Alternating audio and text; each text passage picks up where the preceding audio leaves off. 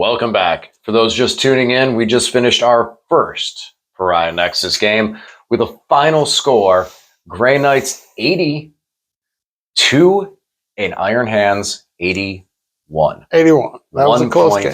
1 point game. And man, if you were looking to see everything of Pariah Nexus, I can honestly say this game had it all. We had secondaries galore. We had shuffling out secondaries. We had actions. We had battle line units, completing actions and still shooting. And most importantly, we had a secret mission not only being used, completed, but winning the game. Yep. A lot of things to unpack from this one. A lot of things to talk about. First things first, Lane. Secret missions. Pretty brutal. I think I'm going to be using them a lot. I mean, I don't know, like 50% of my games. I don't know a percentage of my games. But typically when I'm competing in a tournament, I'm using my Death Watch, which are a hard-hitting army, but they're a little bit fragile. So a lot of times if I'm playing against an aggressive close combat army, I'll stay off the primaries a little bit and just try and kill before I move in later in the game. So a lot of times I'll only score maybe 5 points a turn in primaries, turn 2 and turn 3. So being able to take advantage of that secret mission is a big deal, because really the only thing it costs you is it caps you at 40 points for primary. And 20 for those primaries as well. But yeah, you can keep scoring primaries. There was no reason in this case not to, because it definitely, took advantage of that. So, but I think it's something I will definitely be considering a lot in the future as far as whether or not to take it, because they're much more achievable than Gambits were. And the downside is not so bad. Gambits, you couldn't score any more primaries at all on the board anymore. It was only doing the Gambit. So now this lets you keep scoring them, and if you pull it off, you get your 20 for the secret mission, pull off 40. So I think it's something I'm definitely going to legitimately be considering. I marked on my score sheet before we started the game. I put a big line between turn 3 and 4 to make sure that we thought about those, whether we want to do those. DJ couldn't because he was ahead of me on primaries, but I certainly had the option and I took advantage of it. There were really only 2 that I could have done, either the tabling one, and the tabling one, you don't have to necessarily table you. If the opponent has any units that are battle shock, they don't count. If they're below half strength, they don't count. So it's not necessarily a perfect tabling, but I knew he had a little 5-man strike squad could go run and hide somewhere. Yep. And I wouldn't be able to get it. For that. Yeah, I wouldn't be able to get to it. I knew that was the risk, but being able to control at least 3 objectives in no man's land was the other one. And that's the one I did. Grab the card there. Broken Wall. Unbroken Wall. Yeah. Unbroken Wall is the one I did, and all I had to do was control at least 3 objectives that were not in my deployment zone. And so that could have been DJ's deployment zone or any of the 3 in no man's land. I felt pretty confidently that I would be able to do that. So yeah, no doubt. And it's definitely going to add another layer to the game, because after we were done talking about this and looking at the score and everything like that, going into turn 4 or going into turn 5, I looked at the score sheet, and I already, into turn 4, I started looking at things. I was like, okay, he's trying to table me. And that was the first thought, because it is secret. DJ, I don't know it. To be fair, I'm always trying to table you. Fair. But for the secret mission point, I thought that's where it was. Then I thought, I'm like, okay, I pick up and you don't score it. Okay, done. So then I picked up the secret missions. I picked up my 4, and I looked at them like, okay, here's 2 you can't do battle lines. I had no battle lines, and my warlord was not on the table anymore. And then when I saw that Unbroken Wall, I was like, oh, that one I can't stop. The problem I ran into, and we realized this after the fact, I had behind enemy lines as my last secondary, one of those that I drew, and that was worth 3 points. I miscalculated looking into how things were, and I got too much of like, okay, I got to stop you from scoring the 20. When all in all, in the nutshell of everything and looking at the total points, I should have just dropped in for behind enemy lines, scored the 3 points, and walked off. That would have been a Grey Knight victory.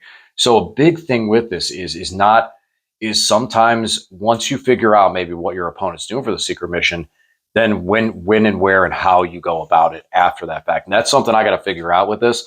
It's definitely a completely new aspect, because all of a sudden just smacking 20 points on the table for a primary is not something we've had to deal with before. And in the mission secondaries in general, and not to mention the fact that scoring 10 on secondaries in a turn is really, really rare. Really, really rare. I mean, I did it 1 turn because I drew 2 of the old secondaries in the first turn that were super easy to get, secure, no man's land and engage or extend battle lines. Mm-hmm.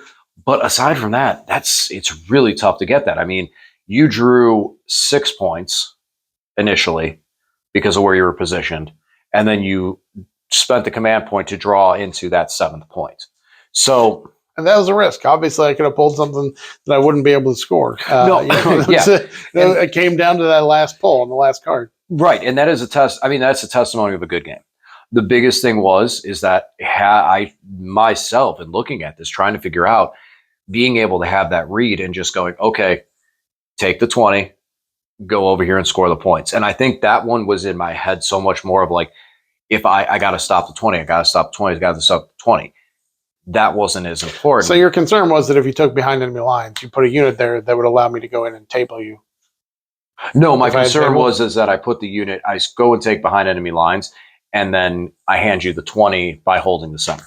Mm. And that was my concern. Wasn't really worried about the fact of you getting the tabling 20 because of the strike squads I had in the corner, because I knew you had no resources to get them. I move out, I kill that last plasma inceptor.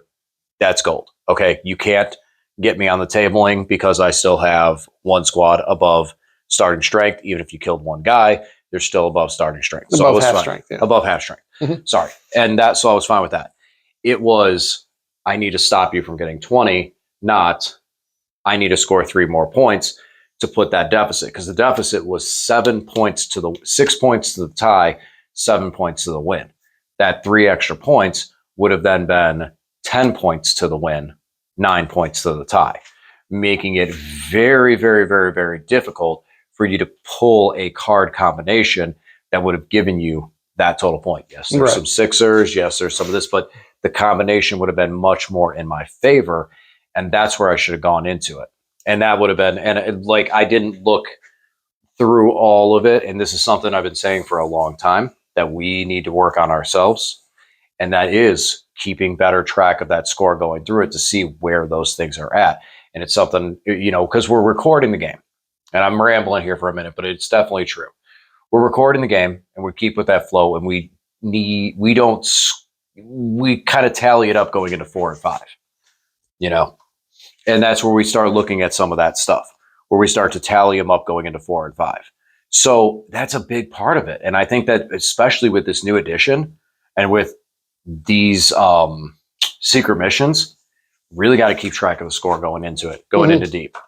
Yeah, I was just double checking there to see if I would have actually scored better if I had not taken the secret mission. But no, because it's capped at 15. So the last turn, I would have had 15 on primaries because I had held 4 objectives. I would have ended up with 31.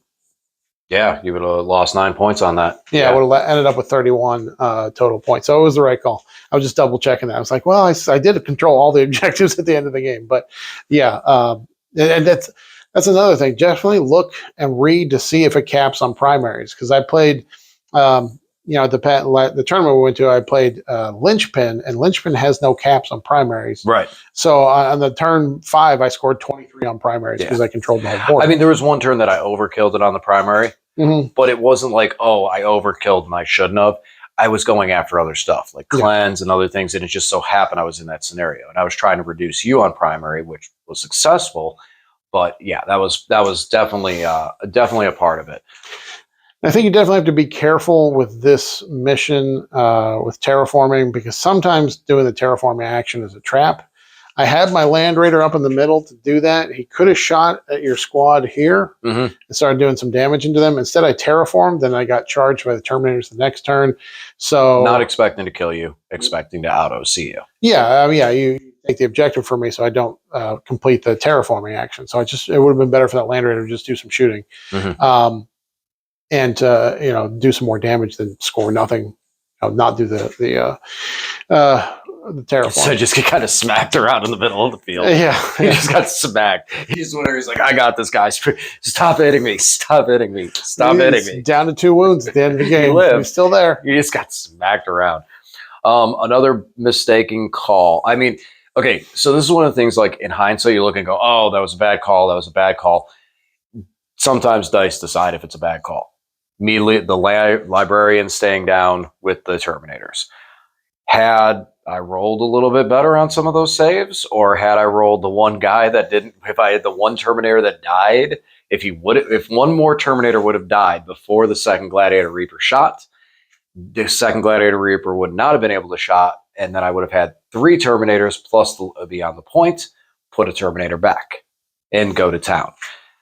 It was a risky play. But you had a strike squad back here that I could have shot with that other Reaper too and start doing damage into them. That's fine. Any change is a cascading effect in terms of the whole game. In hindsight, should have probably picked him up.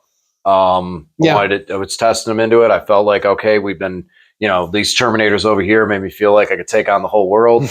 And those ones over there said, hey, no. Well, that's because you spiked your 4-up saves here. The Gladiator Reapers don't let you make saves. There's a whole lot of dev wounds coming out of the Reapers. So I definitely should have picked up the Libby and brought him somewhere else. Probably had them bouncing around later into the game. I could have picked him up for a command point once you moved and saved that sigil. Mm-hmm. And probably would have been the better play on that to have him in there, especially. Oh, no, you couldn't. Oh, I did it with another unit. Oh, no, you could have, because I moved what's his face. No, I picked up another unit. Then you moved him away, and you're like, oh, wait, I remember because you picked him up. I picked up a different unit, and then you moved away, and then you're like, oh wait, they can jump away with a sigil. Yes, that's why, because I picked up a different one, a different strike marine or something on the other side of the field.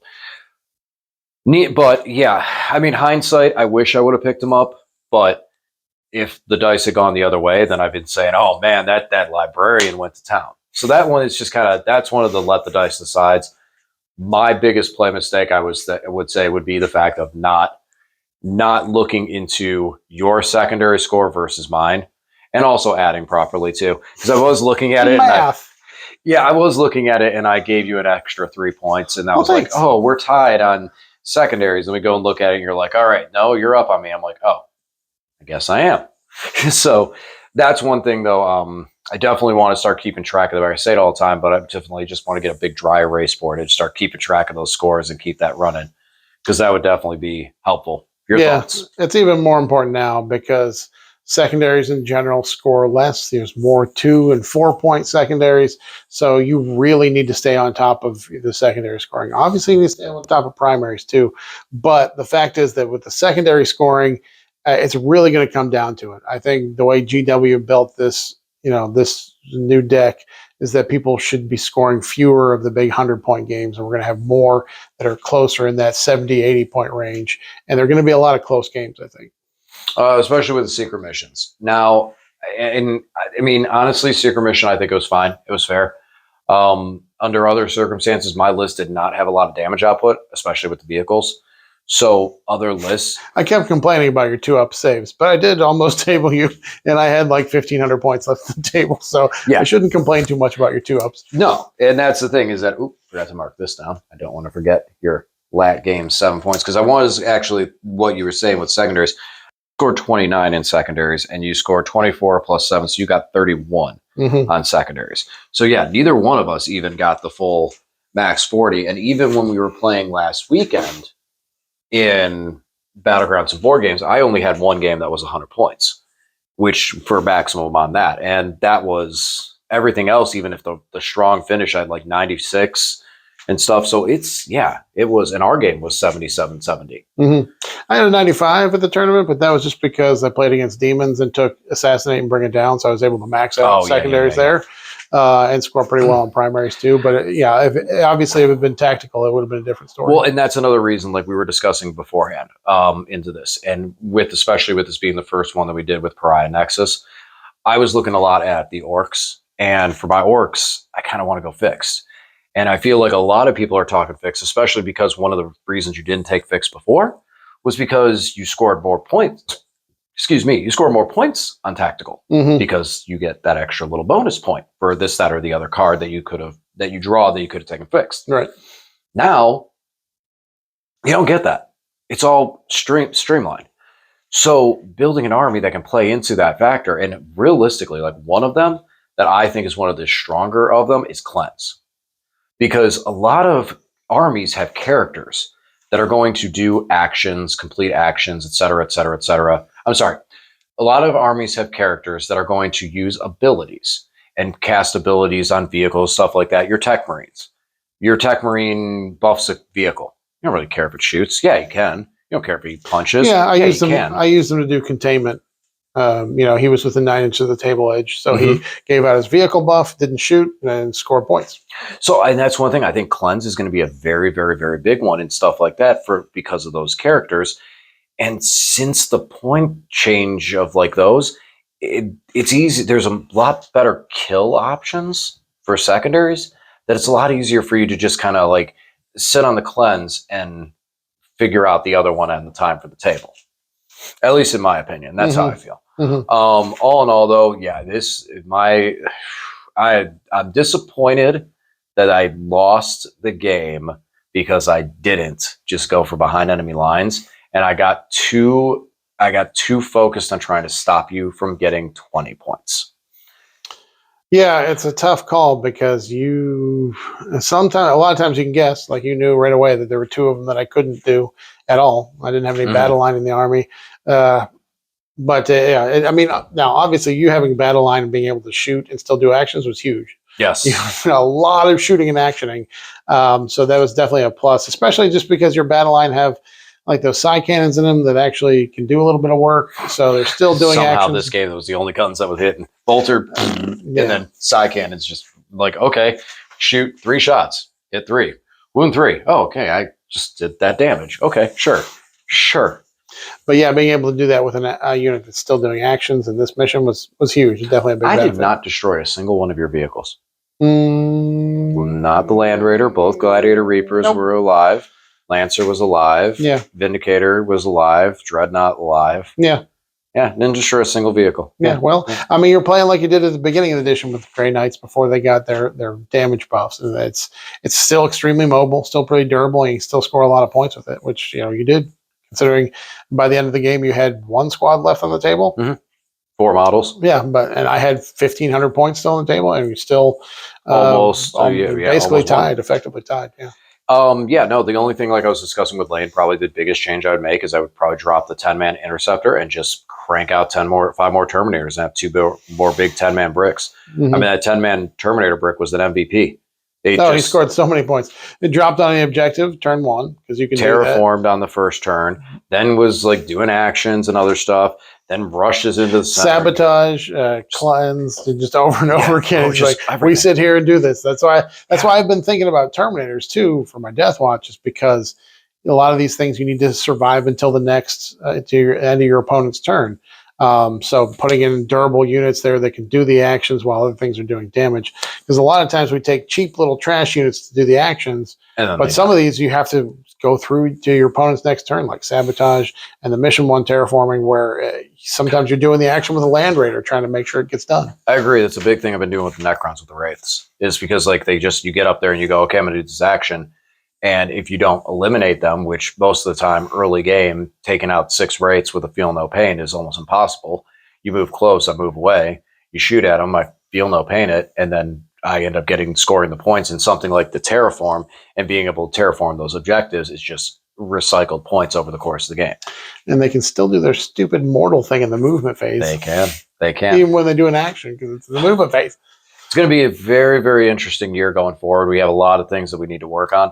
One thing that I definitely really want to focus on, especially for us competitively, is keeping better track of that score moving forward. Like I said, keeping a better tally of it so we know where we're at, so we can make those decisions late in the game and figure out what we need to do. Because there is the old Johnny Cash saying, know when to hold them and know when to fold them. And in that sense, that was a time for me to just fold. What? It's Kenny Rogers. Kenny Rogers. Sorry. I think this has happened before too. There's some deja vu here. Yeah, I feel that deja vu. I'm gonna have to look back in time. But seriously, that was a time where I should have folded, let you have the 20 points, and just dropped, taken those 3, and then this 1 point loss would have been a 2 point win. Right? Yep. Yeah, that would have been the other way around. But it wasn't. I won. Yeah, you win. Yeah. You win. Oh, whatever. I get it 1. Yeah, no. You beat me at the tournament. I get to win 1 here. And for the title. Yeah, I know. I'm worried. But no, what do you now? We talk about that. As far as the Iron Hand thing, is there any changes closing out? I said about the Terminators. What are some possible changes you might do to this list if you were to continue running this at a competitive level? I don't know. I mean, I feel like it's a good was list. not necessary. Yeah. I mean, he's got good range and everything like that. I feel like he isn't as necessary. Well, the ballistas rerolls their hit rolls if they're shooting at something that's above half strength. Mhm. And so then you don't have to use the Iron Hands reroll for that. So they are pretty efficient in the Iron Hands list because they get the free rerolls, so they don't have to shoot at the Oath of Moment target. Mm-hmm. Obviously, if you would fail some saves, I would have been able to do more damage with them. You made a lot of 4-ups into the Terminators. So well, there's a 6. Roll there you 6. go. But I don't know if I would change much. I think I need to play it some more. I do want to experiment either with Iron Hands or with my Death Watch. I'm taking a 5-man Assault Terminator squad because they get 4 wounds apiece, and then putting a chaplain in there so they got a 4-up feel no pain to mortals, and using that as a way of doing things like cleanse or sabotage, where you need to survive through your opponent's next turn. One of my initial thoughts, and something I think you should look into and consider, especially because of the secret missions, is dropping your jump infantry guys out. Not the plasma inceptors. Not the plasma inceptors. Those mess with a lot of things. They can deep strike in. They get within 3 inches. There's a lot of work that they can do. You know, and maybe a different route. Sure, whatever. I'm not going to say anything about them. But the actual assault intercessors, I think they work. And instead, and hear me out on this one, putting in another Tech Marine, because the Tech Marine has lone op. So now when we discuss this fact of being able to complete secondaries going into your opponent's turn, now you have a unit with lone op defense that can do certain things in certain areas and complete those actions without losing that shooting and not requiring battle line. So, I mean, maybe not, but that's my initial thought, is that having something that's defensive like that also fits with your theme too, would be a powerful play, since those assault intercessors, they came out, they did an action, they died. And how many points are you losing for something like that, where a Tech Marine could be better protected and you can invest those points in maybe a Redeemer? Yeah, it's definitely a possibility. I think with my Death Watch, I'm going to try some of the Death Watch veterans. They went down in 10 points, and now they're 100 points for 5. Death Watch veterans, Death Watch veterans have the kill team keyword, meaning for 1 CP, I can pick up 2 of them. Interesting. With the teleport strat. And so, like, especially for that end of game thing, putting a battle line unit there, battle line, so I can teleport battle line units just like you can. So that might be another possibility for the for the mission secondary. So, but yeah, that's what I've been. But the teaser, we'll see about that in the future. All in all, though, the game wraps up. It is an Iron Hands win, 81-80. Very, very tight, very close game. A lot of things that we learned from this, especially a lot of new focus points to look at. As I said at the end of last edition, starting to look at the score tighter. We need to look at it even tighter. Last edition, where it was a little bit easier to kind of just mitigate off and go, okay, I got this. We're in this okay column. Now we got to look at that even tighter, and especially with how those numbers are all over the place with some of the scoring, definitely is something we need to practice and keep track of, and possibly start talking about more towards turns 3, 4, and 5, where the score is at. But yeah, that's going to be a big part of this new edition. And secret missions, that's a swing. There it is. First one, 20 point. That's a huge thing there. And Grey Knights can still just wiggle on the field. Love it. Yep, they can bop around. They can wiggle. So, all right, guys. As always, thanks for watching, and we'll talk to you again soon.